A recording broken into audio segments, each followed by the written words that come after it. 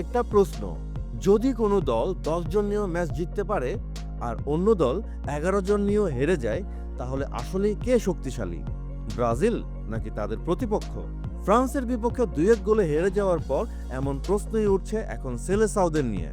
আর সেই ফ্রান্স ম্যাচের পর এখন ব্রাজিলের সামনে দাঁড়িয়ে আছে আর একটা বড় ইউরোপিয়ান দল ক্রোয়েশিয়া।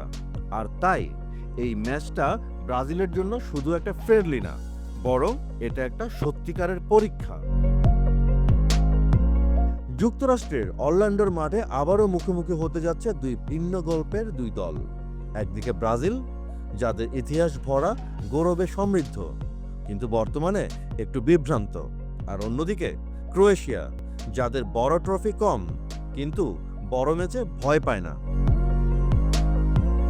শেষবার 2022 বিশ্বকাপ কোয়ার্টার ফাইনালে এই দুই দল মুখোমুখি হয়েছিল। সেই ম্যাচে কি হয়েছিল মনে আছে? 90 মিনিটে না, 120 মিনিটেও না, শেষ পর্যন্ত টাই ব্রেকারে ব্রাজিলকে বিদায় করে দেয় ক্রোয়েশিয়া। সেই দুঃস্বপ্ন এখনো ভুলতে পারেনি সেলেসাওরা।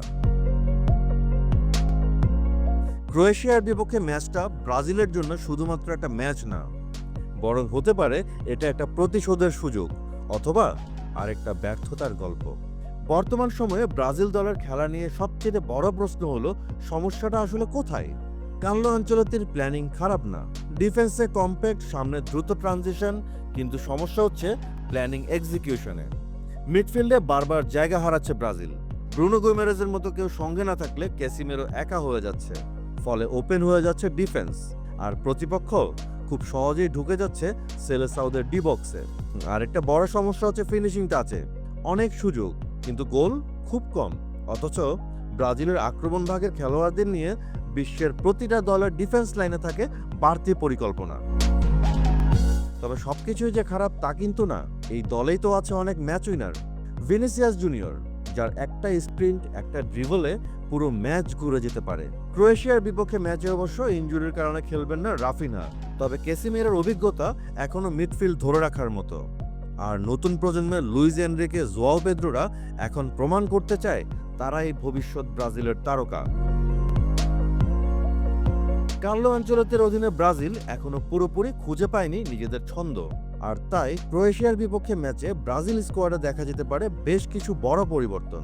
ট্রেনিং সেশনে আনচেলত্তি যে সম্ভাব্য একাদশ সাজিয়েছেন, সেখানে দেখা গেছে এডারসন গোলপোস্টে, ডিফেন্সে ইবানেস, মার্কুইনোস, লিও পেরেরা এবং ডগলাস সান্তোস, মিডফিল্ডে ক্যাসিমিরোর সঙ্গে দানিলো, আর অ্যাটাকে Luiz Henrique, Matheus Cunha, Joao Pedro এবং ভিনি জুনিয়র। তবে এখানেও আছে অনিশ্চয়তা। ফুলব্যাক পজিশনে ইভানেস আর দানিলোর মধ্যে প্রতিযোগিতা হতে পারে।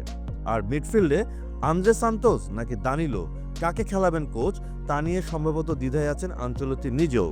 তবে ক্রোয়েশিয়া ম্যাচের আগে সবচেয়ে বড় আপডেট, ফ্রান্সের বিপক্ষে ম্যাচে ইনজুরির কারণে না খেললেও মার্কুইনোস আবার ক্যাপ্টেন হিসেবে ডিফেন্সের দায়িত্ব নেওয়ার সম্ভাবনাই বেশি। এই ম্যাচটাই বিশ্বকাপের স্কোয়াড ঘোষণার আগে ব্রাজিলের শেষ পরীক্ষা। 18 মে মূল বিশ্বকাপের দল ঘোষণা হবে ব্রাজিলের, আর তার আগে ক্রোয়েশিয়ার বিপক্ষে এই ম্যাচেই ঠিক হবে কে থাকছে দলে আর কেই বা বাদ পড়তে যাচ্ছে। কিন্তু প্রশ্ন একটাই, এমন এক্সপেরিমেন্ট কি সঠিক সময়ে হচ্ছে? আর প্রতিপক্ষ ক্রোয়েশিয়া, কোচ জ্লাটকো দালিচ একটা স্টেবল সিস্টেম তৈরি করেছেন। শেষ কয়েক ম্যাচে টানা জয়, আর প্রতিটা ম্যাচেই প্রতিপক্ষের জালে কমপক্ষে 2টা করে গোল। ক্রোয়েশিয়ার এই দলটা চাপকে ভয় পায় না, বরং চাপেই যেন তারা ভালো খেলে। দলের গুরুত্বপূর্ণ খেলোয়াড়দের নেতা এখনো লুকা মদ্রিচ, যিনি 40 বছর বয়সেও মিডফিল্ডের মাস্টার, আর তার সঙ্গে আছে স্টানিসিচ, বুস্কোভিচদের মতো তরুণ তুর্কিরা। সব মিলিয়ে ক্রোয়েশিয়া বর্তমানে একটা ব্যালেন্সড কিন্তু ভয়ঙ্কর দল। তারা শুধু খেলতে আসে না, তারা লড়তে আসে শেষ বাঁশি বাজার আগ পর্যন্ত।